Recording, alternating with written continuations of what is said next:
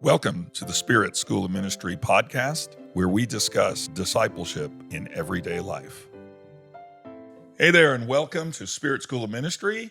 Our podcast today is Jesus Monday. Now you're trying to figure out what that's all about. We'll get there. I'm Pastor Bob.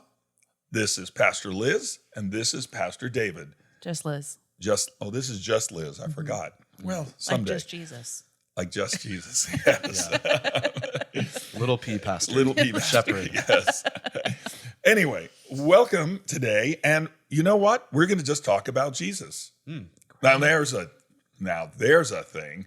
Yeah. I mean, you have all of Christianity talking about everything, and they forgot Jesus. What about portals and seals and angel stuff? Are we talking about what kind of seals are we talking about? Not the ones that seals. Oh, Harbor seals. My favorite.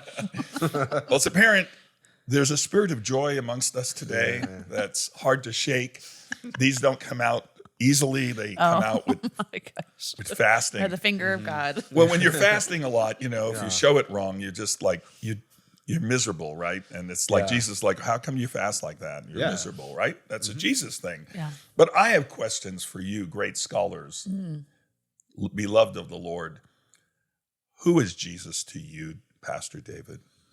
That's an awesome question, because Jesus is really the only reason why I live. So, maybe that's too extreme. It's pretty vague. Saying it's really extreme, but Paul said the same thing. He said, for me to live is Christ, to die is gain. So he's living for Christ, and if he dies, he just gets more Christ. So nobody can really take anything away from him. But in my life, Jesus has been the one that's been there when nobody else has. And so I've gone through a lot of times like with loneliness or just feeling like I don't belong, or I'm, some sort of a weirdo, which is very true. And so, but Jesus never turned his back on me. And, if there's a lot of things that we can live for, that we can pursue in ministry or like accomplishments, but, doing it without Jesus is just completely empty. And trying to approach God without a vision of Jesus is pointless. Right. And so Jesus is who makes God accessible to me. I don't really, if I try to overthink things or I try to figure out who God is apart from Jesus, I don't really connect with God. God seems very distant or cold, or like he doesn't care, or like I could never attain him. I could never make contact with him. But when you realize that he's come to us in Jesus, a man who's gone through the same things that we have while still remaining God, you're like, okay, I could actually talk to him. He's the person that listens when nobody else will, the person that can take on your pain, the person who removes shame from you, the person who's always with you. So I could go on and on and on about who he is to me, and I hope we will. But if I boiled it down to, I'm just trying to think if I could boil it down. But I have a question. Should you boil it down?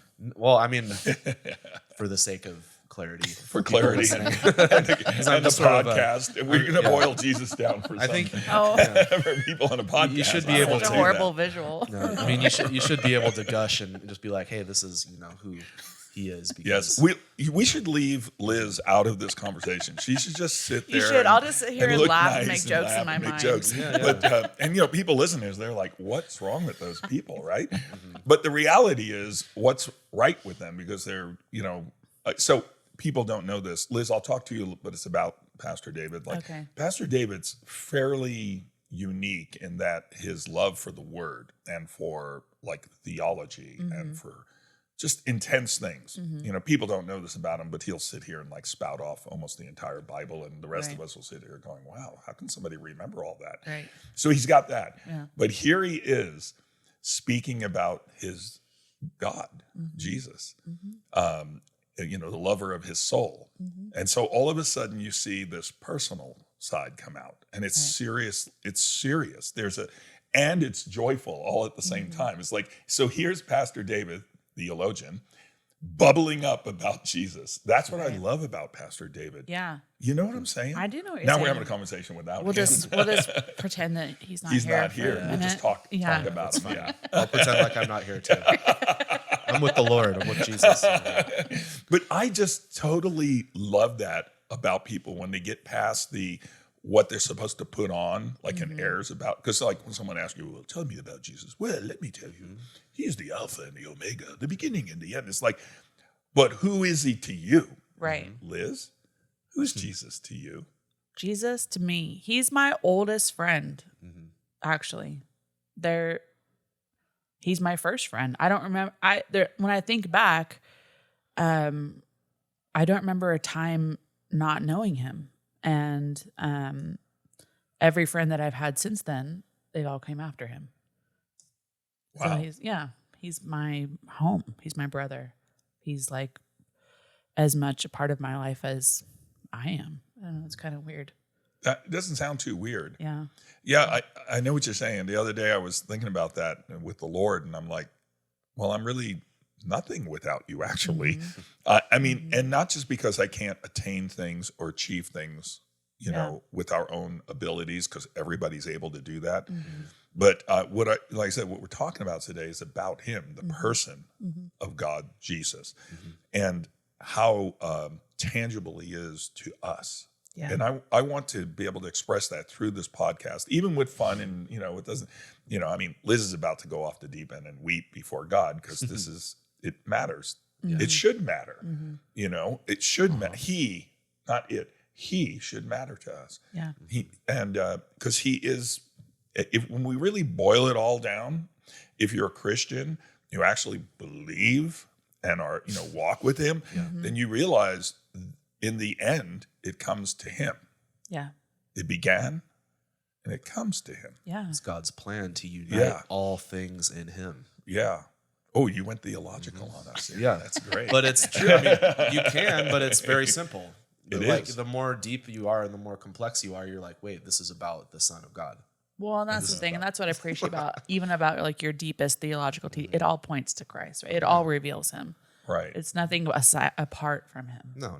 Yeah. And the thing is, how do people let that revelation of Christ, how do they let that actually turn into a tangible relationship with him here now? Like, how does that work? Like, how do you approach Jesus and him become that tangible to you? Now, I know that's a work in progress, right? I'm answering some of my own questions. You're good at that. Yes. I know.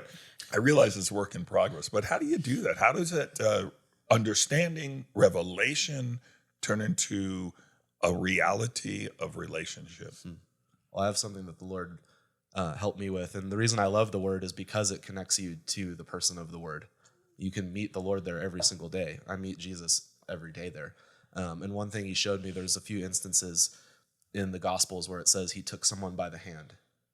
And it's always this very powerful thing. There's a little girl who is dead, and he took her by the hand and said, little girl, rise.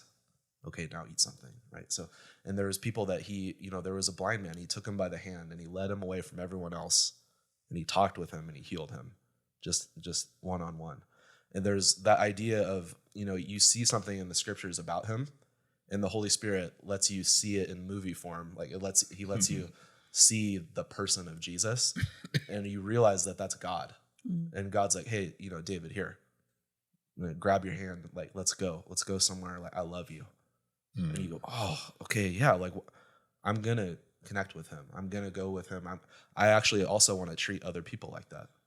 I don't want to be standing apart from other people when Jesus would approach someone who was an outcast or who was a little kid, or just be like, hey, come here. I want to include you. I love you so much. And it just when you see a revelation like that, you're welcome. Yeah. So that's how I would say that. Wow. I think first and foremost, just understanding that he will teach you how to be in relationship with him. Like he's so willing to instruct you and walk you through it. Like you said, take your hand and walk you through it. And the word, obviously the word, like you were saying, that's a way that you get to know him. For me in my life, it was like this, I feel like the beginning part of my life was really getting to know Jesus himself and loving him and being so just captivated by him that my entire life was to be about him. But I felt like there was, like, for me anyway, there was a disconnect between the person of Jesus and the church, the church of Jesus. And it was kind of like Jesus, I love you and you love these people. So I'll tolerate them. You know, like when you have when you're really good friends with someone and they have this other annoying friend and you're like, I wouldn't choose to be around that person, but since you love them, I'll be with them and I'll tolerate them. Yeah. And so that was, for a while, that was my dynamic with my relationship with Jesus. But then okay, Lord, the next step was all right, you love them. Teach me to love them too. Because you do. What is it about them that you love, and why do you love them, and how can I love them too? Because you do, and I want your heart. And so then once that was a process, but then getting to the other side of that, now my relationship with Jesus is so much richer and so much more complete, and I see so much more of him, and I experience so much more of him because it includes his body and love for them and being able to receive his love through them and be able to see the revelation of him in their lives and in how they encounter him and the secrets they bring that they receive from him to me, so it's been quite the journey. That is a journey. I think about when John speaks about Jesus and how he came here, how, he showed up, the word becoming flesh and dwelling among us. That never ended, actually, when you really get to thinking about it, right? And so, when him talking about when you've seen me, you've seen the Father, and then when he's leaving, he's not really leaving. He's still present in his body, in his church, right? And so he became that tangible flesh here on the earth. It had to happen that way, or else we would never relate to him. And I don't know about you, but I think that I spend most of my time trying to relate to him as a person and God. I know I can be irreverent at some time, just a few times, but A reverend? a reverend, yes. Oh, irreverent. Irreverent reverend. Yes. Yeah. I slurred it. It's my New York slurring going on there, but so you wouldn't capture everything. But flesh and blood did not. Anyway, but the reality is that. I believe we have to see him that way. He's that way now in heaven, and he's all God, completely at the same time. But I believe he came to show us himself. And I'm sure there were people that just didn't like him when he was a kid. Yeah. just they couldn't get along with him. And yet he was there to be theirs. And so is the church. Yeah. When you were talking about the church, I was like, and we're going to do a podcast on the church. That's a great thing. But I think it so ties into it because when, John talks about in the epistles, how do you love an invisible God if you can't love the people who you can see? I never understood that scripture either. I was like, it's really easy, actually. I was like, I'll tell you how, because he's perfect. Right. And they're not. There you go. Problem solved. Yes. I'm giving you your answer, John. Right. I think it's also very easy. I hate correcting you during a podcast. No, I correct myself. I think it's very easy when you set up the religion of church. Right. Versus then what I learned was, I know you did. He's saying you can't. You can't love God because you will never experience the fullness of him without learning to love people and receive love from people. Right. Yeah. You can't. Well, he also makes it look like, or says it's impossible. It is. That brings it to a whole when you say you can't, it's maybe if I try harder or think better, it is or impossible. And he's like, no, that's impossible. Right. Well, it's the revelation of the unity between the head and the body. Exactly. And what Paul experienced on the road to Damascus, where Jesus said, "You're persecuting me," when he was persecuting followers of Jesus, and where Paul said, "I'm filling up the sufferings of Christ." Right, in him, when he was persecuted in his ministry, it was Christ who was suffering. And so if you say, "Oh, I love God in the secret place," and yet I treat his people like dirt, you're treating God like dirt. Right. And so it just is a physical impossibility to say true. you love him in one one place, be like, oh yeah, I love my kids when we're in the house, but when we're outside the house, Right. Right. Or I don't say like to them, you know, a it's like- person, I love your head, but I hate your body. It's Well, I really could say that to a annoying. few I people. can't stand it. But then you could, but you don't, that means you don't actually love that person, right? You don't love them if you, Right. I only love your mind and I hate the rest of you. Well, then you don't love them actually for who they are. That is great. It's a good thing God gives us really natural examples because it reveals Yeah. how stupid we are. Yes. Yes. it is. I have a question for you. Oh no, not questions. I do. Yes. yeah. Who is Jesus to you, Pastor Who's Bob? Jesus to me? We're working our relationship out. It's very new now, you know. It's only like 47, 48 years Yeah. long. Infant and stage. yeah, we're very much, well, he's in the advanced stage of it, and I'm in the really beginning stage of it. Because I don't know, and I believe actually you're supposed to be this, but I still get wowed by him. And so it's like, and I still think, man, you're kind of dumb, Bob. You haven't really gotten him. Yeah. You know what I'm saying? Like Yeah. that part is always like amazing to me. I'm like, oh yeah. And like I said, it's just understanding. Matter of fact, I think in any relationship, you have to deal with the disappointment part. And I think how you go through the disappointment part, not that he disappointed us, like did something against us, Right. you know, but you have to, when we feel disappointed about something, like, wow, you should have taken care of that. Like, Yeah. why didn't you take care of that? Like, we talked, you know, Yeah. and I believe in any real relationship, when you must go through that component to really get to the essence of what the relationship's really made of. So it's tried, so it's proven, right? And so it's strengthened. And so I'd like to get up and go, I just love Jesus, and he totally loves me all the time. And I just do everything that pleases him. And then the lie, you know, but the reality of it is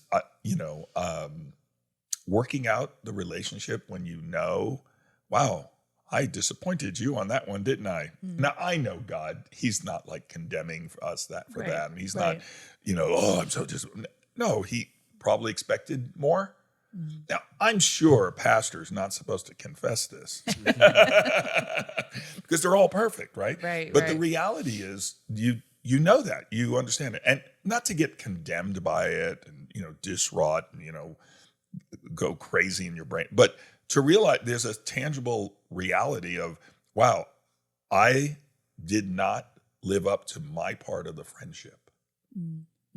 Like there are people in my life who I have people I'm so close to in friendship and love them in, you know, reality.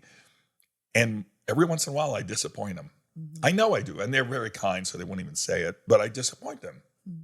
Seriously, right?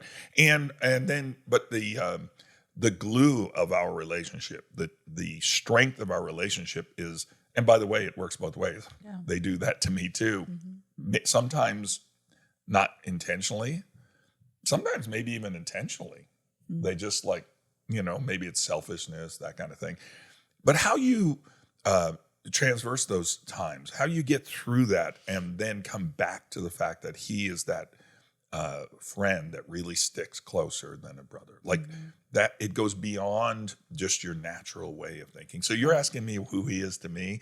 He's that person to me. Yeah. Like, and it's rough, right? Because sometimes when you feel like you've disappointed somebody, you don't feel right around them. Yeah. You know what I'm saying? Uncomfortable. Like, I don't know if, Yeah. actually, I know that this is helping somebody out there because we're humans, we go through stuff. And by the way, I have these spectacular times with my friend Jesus, right? yeah. So, you know, but the reality is there's times, and people who are listening to this, if they've gotten this far, you know, they've gone through those times. Some of them may be going through that time right now.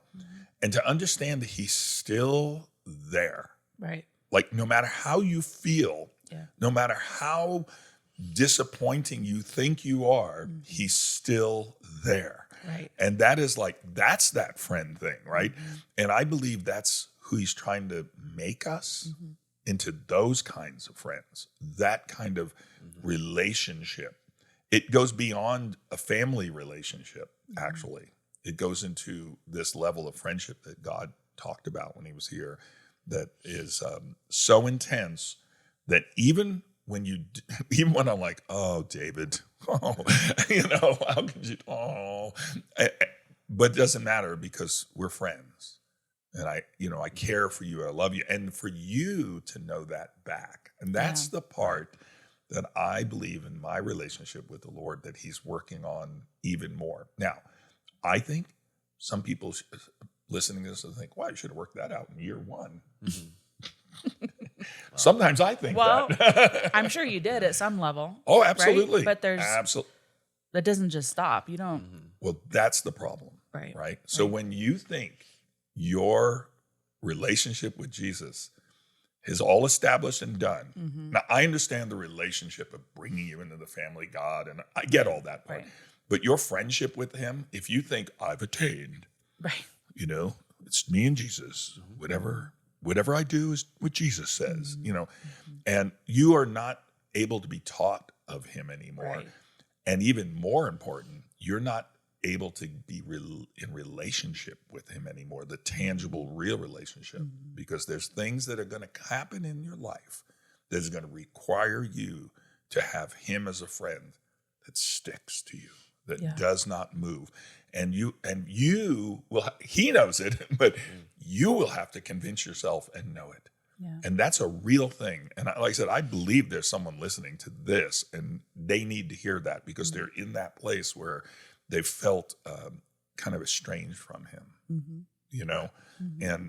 And I also, and when we talk about the body of Christ, I believe this is a component of the body of Christ that's so necessary. That's not, it's not in its fullness by far right now. Yeah. Did I answer your question, Liz? Yes, I think so. Oh, good. Do you have more questions for David or me or what? I don't have any more questions. No, I'm just kidding. I thought we agreed I that we would always have a question. I have a lot more, but yeah, I'm just thinking about that because there's always such a paradox with Jesus.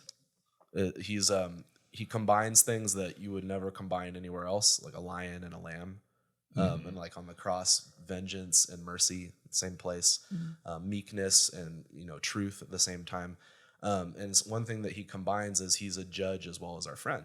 And so you're keeping that in the relationship, that Jesus is the one that you are living before. You're going to give an account to him. He's going to reward your actions. He has eyes like a flame of fire. Right. There was a great evangelist, George Whitefield, who kicked off the Great Awakening. And on his tombstone, it says, "Here lies George Whitefield. Who he was will be known on the great day." And he had a real fear, like a godly fear of like Paul said, I judge myself. I don't think there's anything that the Lord has against me, but even that doesn't let me off the hook because he's the one that's going to judge at the coming. And so there is a reverence for the Lord. Now, you and I, Pastor Bob, can think of several things against us. Like, I can think of many things. I'm not like Paul or George Whitefield, where I'm like, hey, I think I'm like doing the best I can here, and I don't know anything against myself. I know several things that the Lord's working on within me. And so there will be a sense of I'm not doing everything that I could be doing for him.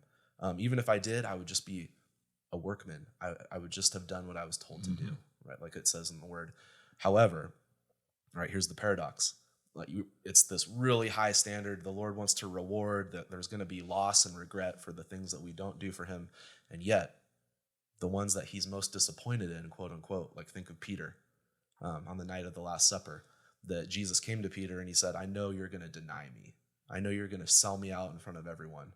The one I've revealed the most to, you're going to sell me out. You're going to lie to a little servant girl rather than claim me, but I prayed for you.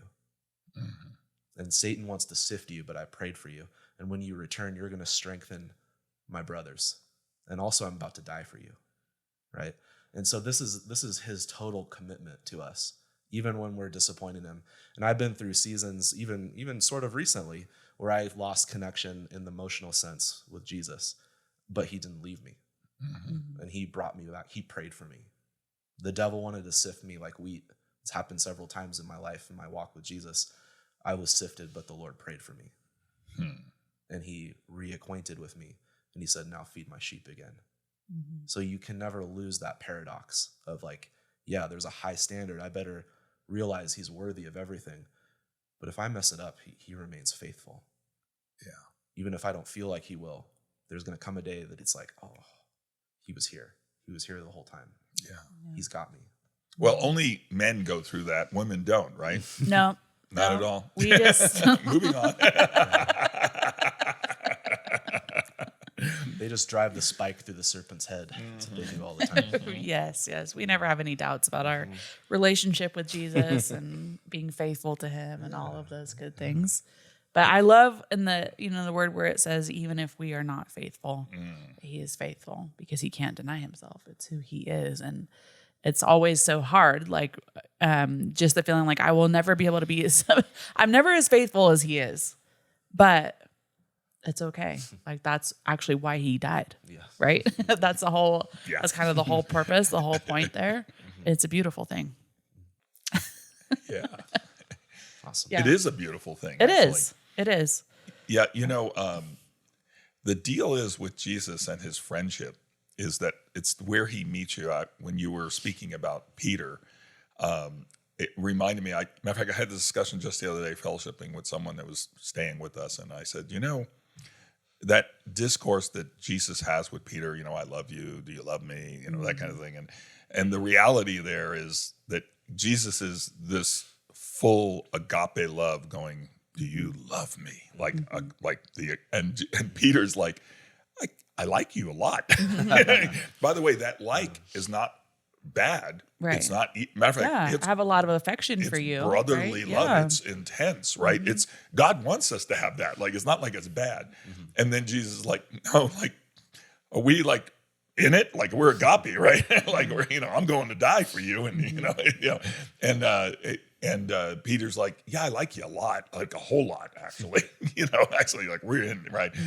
And then it always struck me because Jesus then comes to his place, and that's a thing with a friend. And that's how I think Jesus is actually with me, is that he comes to where I'm at because he knows at times that there's times I reach God in like heavenly places and I'm like, whoa, what are we doing here? Like this, like, whoa, like Right. I want to go tell people, I know they won't believe it, all that stuff. We all go there at Right. times if you know Jesus a little bit even. But those times when he says, with Peter, he had to come down this place and, Peter, do you like me? Do you? And Peter's like, God, I like you. And I can't say enough how much that part of that friendship has so ministered to me.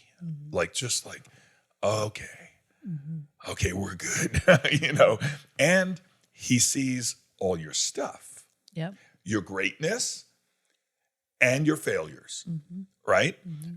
Your faith, spectacular faith and believing, and your unbelief. You're like, can I believe God? He gets all of that, And I think in a friendship, even in natural friendships, we're trying to cover the things with our friend that the sides we don't want him to really see. And meanwhile, good friends is like, yeah, that's me. That's who I am. And by the way, I have this greatness too, because like, I have walked in heavenly places with him, like crazy places that it's even hard to just speak about because nobody would believe you. They'd be like, yeah, sure. That's why you have all those thorns in your flesh. Yes. To keep you grounded. The thorns are to nail you to the ground. No, it's like, but Absolutely. it's, yes. If he wouldn't want you turning into like a Nebuchadnezzar. God would never do that to you. God would never do that to you. No, never, never. Unbiblical. And but there's a reality there about that friendship. Yeah. And the word keeps coming, I've used it a few times, this tangibility. It's the real component of how you walk with him and how he walks with us, like how he reaches to us when we don't feel like we can be reached. By the way, he reaches to us even when we're in spectacular places. And now I have a real hard question for Liz. Okay. How do you receive him when he reaches to you and you're in this like great place with him? What's your response? I don't That's know. a hard question. Yeah, I'm not. This is the last time you ask me to come up with questions. How do I receive him when I'm in a great place? Yeah. Like With when you're him? just, like you're hearing his voice and you're moving in the spirit and walking in the spirit. And like, how are you with him at that point in time? Yeah. That like everything else has changed for me. Yeah. And in my most like recent times with him, just in great moments and like where I know I've been obedient and he's used me, and it's been like, Lord, that's all wonderful, but like, would you hide me in you?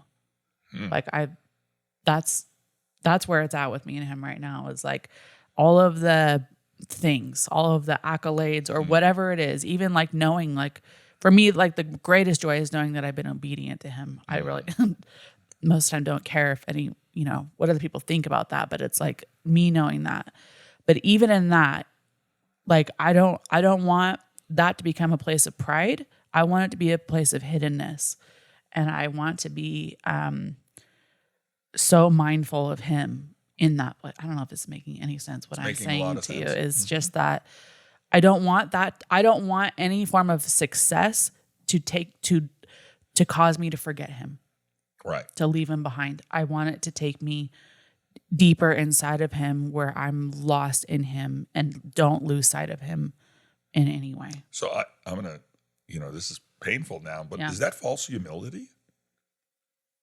No, Good. I'm glad it isn't. no. I'd like to It's know, not. because a lot of times people will hear something like that and then they'll be like, what is that? Oh, right. Right, Like, yeah. what is she saying? And like, it's like, No, it's real humility, because I Yeah. have to put my pride aside, Yeah. and Yeah. where it's like, it's not about me. And it's taken me a while to get to the, cause like you grow yeah. and you break. It's taken you a while to get there. I was Yeah. thinking, man, it takes me every day to get there. Like every day it's like, oh, here we go. Yeah. I think that the Lord loves us through getting over ourselves, Yeah. and just that.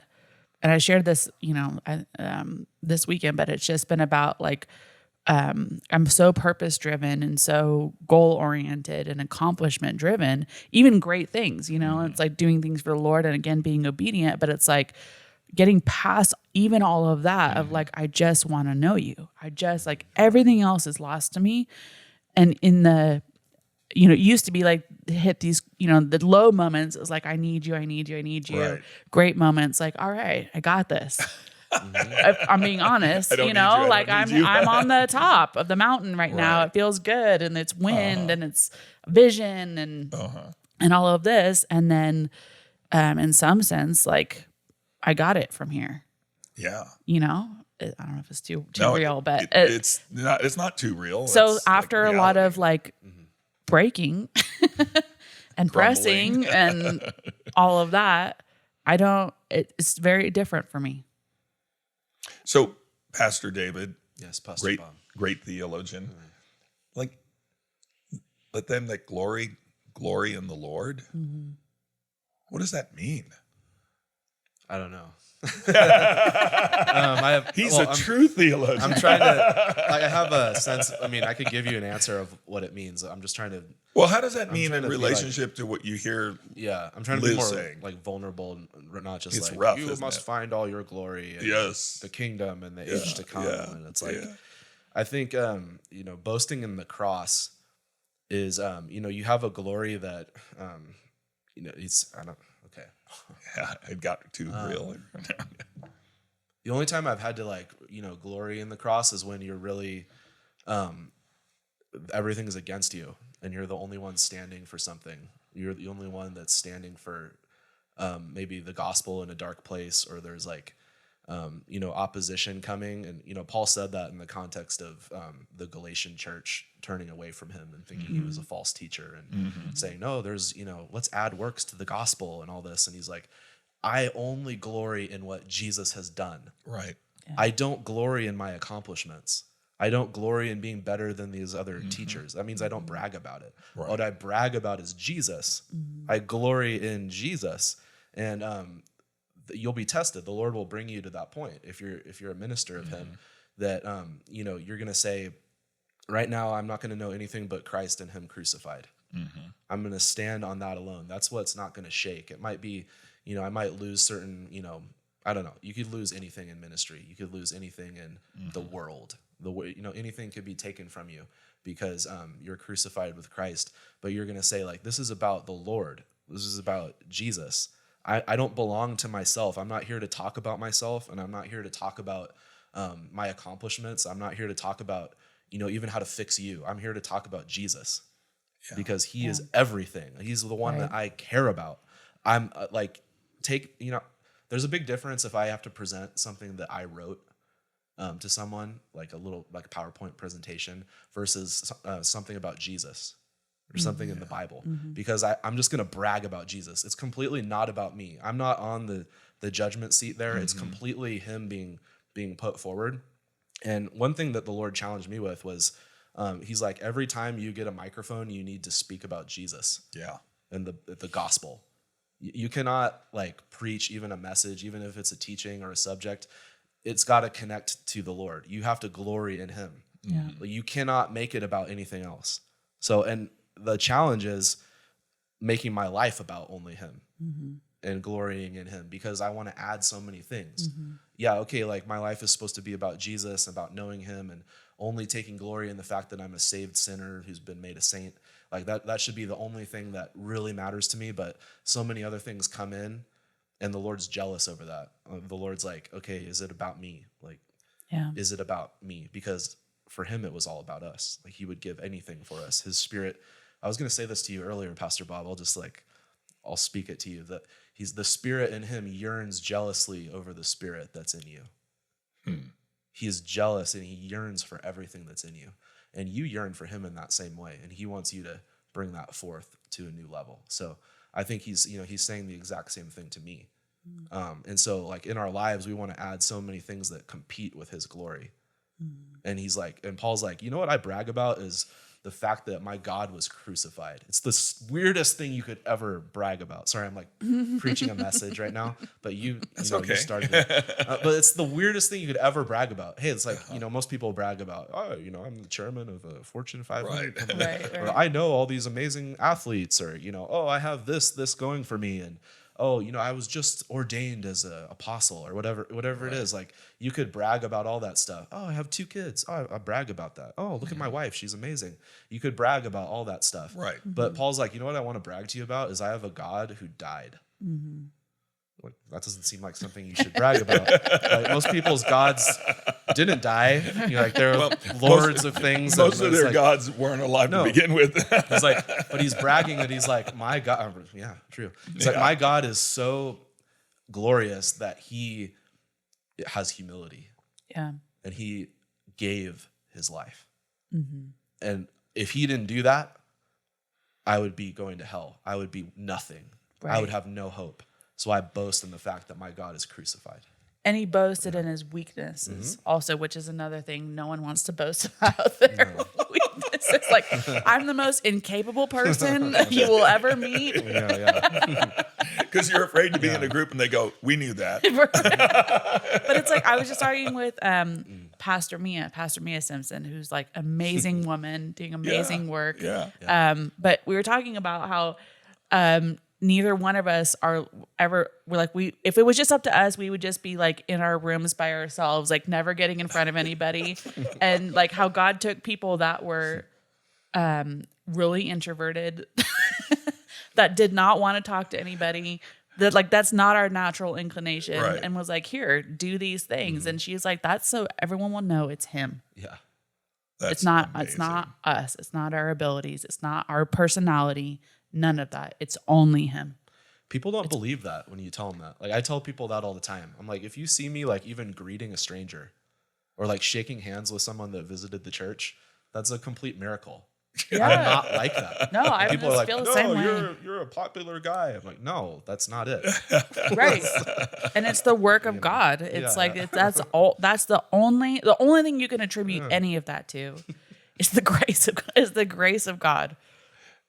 You guys are getting pretty raw right now. And you want to pull. I want to, and it's like that's the temptation. Is it's like I want to pull back to that because it's comfortable. Of like, oh, I did nice enough, place. and I served the Lord, and now let's go back into the den of indifference. Right. Den of Let's indifference. pull back and hide in the den of indifference. Yes, Right. you wanted to Because throw that in no there one will somehow. bother you in there. Yeah. And so, but the Lord always makes you get bothered. He'll always come in. It's like you were saying. That's his friendship. Is he's like, hey, let's get in here, and he'll always get in there with you. Yeah. Be like, hey, we got stuff to do. You got callings. I got people I want to reach. I have people I love. I got new places to take you. You're not moving. Why aren't you moving right here? Right. Here, let me get down in the yoke. Let me pick that up with you. We're going now.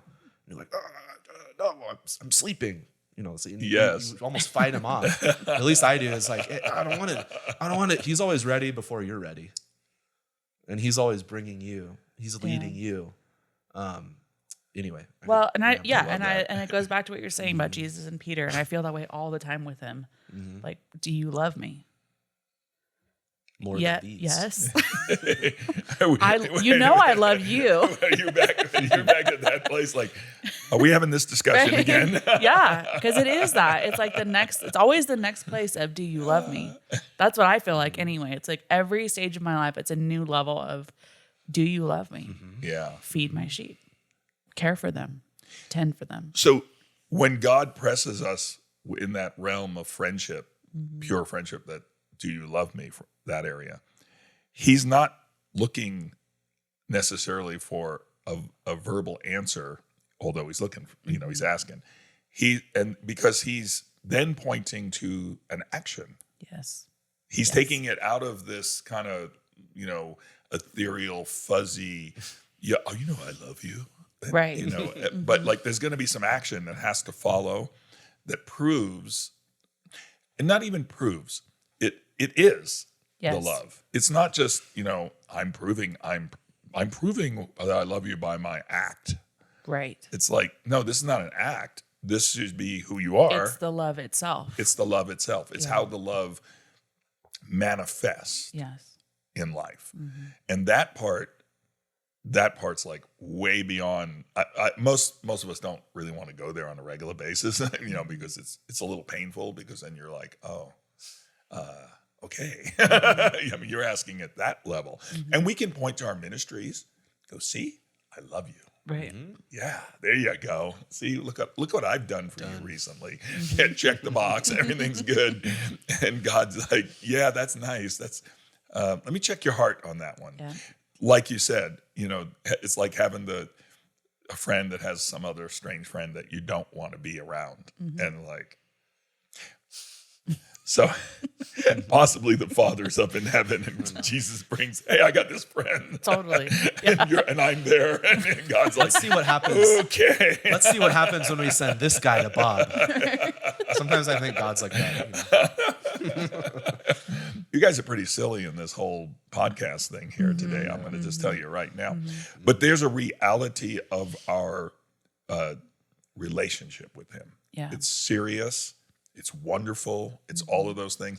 And a lot of times we can subtly get into a place, like I was asking earlier about it, when you glory, we glory in him, where a lot of times it's God. See, God gave me this. God showed me this, which I understand that. Like we're giving him credit.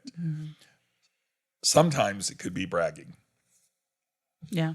Yeah. It's just like, Did God show you that? right. Or like we end the conversation because I just said God said, Oh yeah. or God showed. Right. So now I'm establishing it because of his name, Right. which is not bad, right? It's not evil. But you can have this weird glorying that goes on in that place. Absolutely. When someone actually gets something from God and they share it with you, it's almost like they don't have to tell you. God told them that you get it because it's a kindred spirit. You were born of the same spirit. So, you're, that was God. That was completely God. And I think we spend a lot of time trying to convey our relationship with other people, maybe just all the good parts, but we try to convey that and not trust that God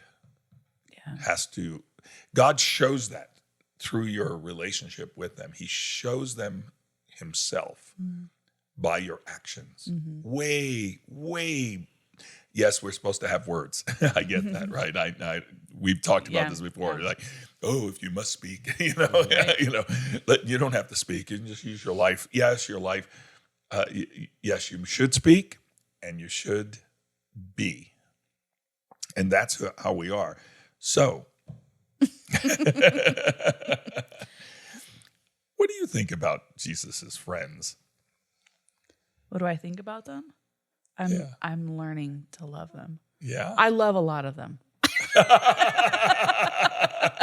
I can honestly say that. I do. Am I anywhere on that list? No. You are. The very bottom of the. I love a lot of them. So, are we being, how honest are we being here?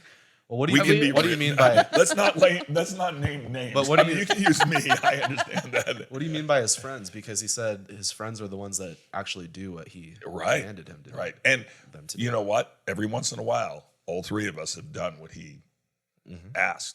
Yeah. So I guess we're his friends, sort of. We may not be totally faithful friend all the time. Just like people listening to this, they may have that issue where they don't believe that they've been a faithful friend. Yeah. And yet you're still his friend. Yeah. And how do you get there and all that? So how do you love those people? How do I love them? Yeah. What does that look like? I choose to give my life to them. That's actually how I know if I love someone. It really doesn't have any. Some people I have a lot of affection for. Oh yeah. And that's nice when I can Well, have that. I feel so much better now.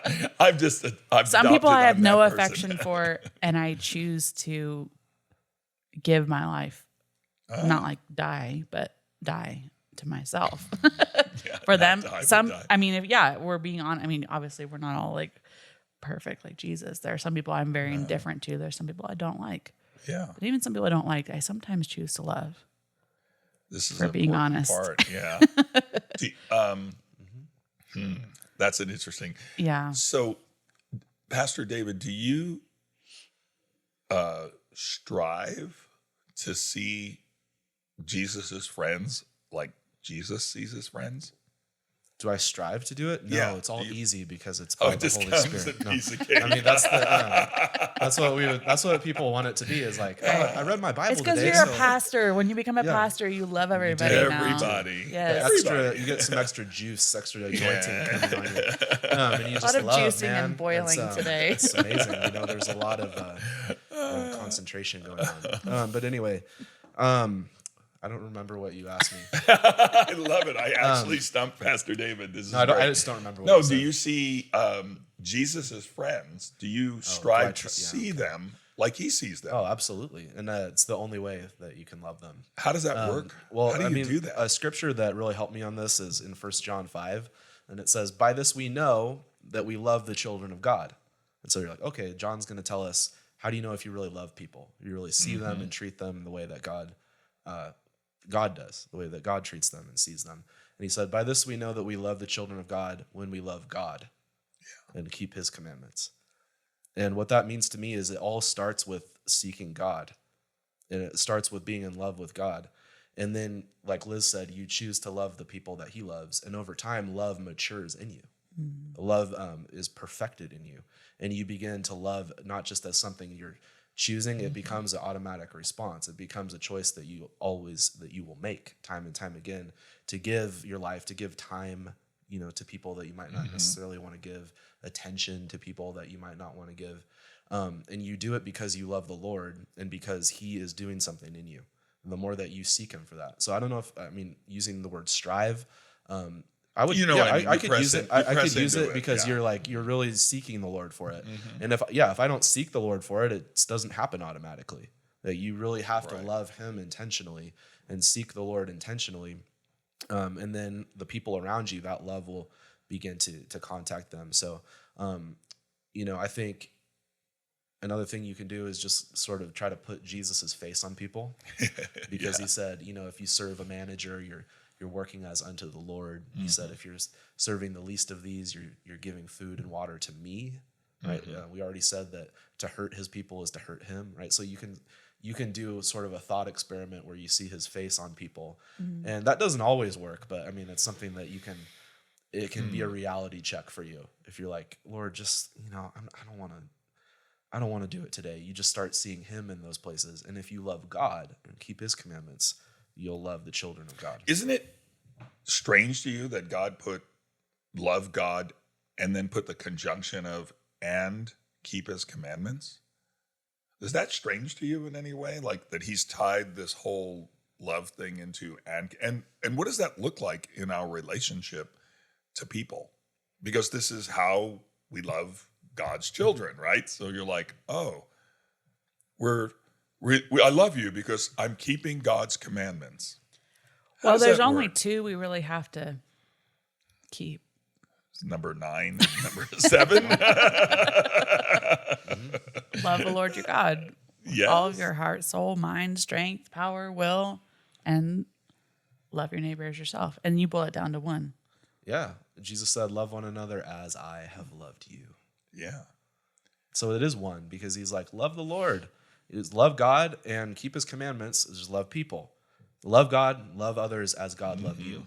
And so if you don't receive love from God, like loving God is a 2-way street. You're going to receive his love in return. And if you really did, it should change you towards people. And it's a daily receiving of that love. I like this. You like that? How do you show your love for God?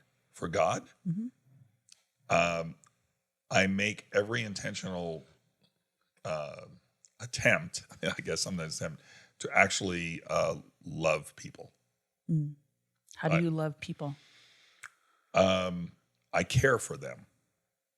I care for them enough to tell them when I believe they're doing something that's taking them away from Jesus, taking them away from their relationship with him or their potential relationship. And I believe if you don't care for people, you aren't showing the pure love of God. If you're not willing to tell someone that they're great and doing great, which is easy, that's easy. Everybody wants it. Tell me you love me, But willing to tell someone that, you know what, that's detrimental to your life, or you're going off a little here. If you're not willing, if you don't put your relationship on the line with people, then you're really not loving them. And Jesus was always willing to love people to that degree, to intensely, passionately love them and, let them know how great they are. They have greatness and all that good stuff, which we're all good at doing. But he was also willing to speak to them and help correct them. And in that, just like Pastor David was saying earlier, you still get all of God, because with his correction, there's also his intense love. And he's not willing to let you just go astray. And we should not be willing to let someone, a friend, someone we're in relationship with, or just getting to know, we shouldn't be okay with seeing them go just off the deep end. And that's how I look at here on earth, my assignment and where I'm at is that's who I am, if you're talking about that, and how I show his love. I think I show it best that way. You know what I'm saying? So thank you guys for joining us today. We were getting off into a deep end here, and I was like, this is going somewhere good. But we appreciate you joining in.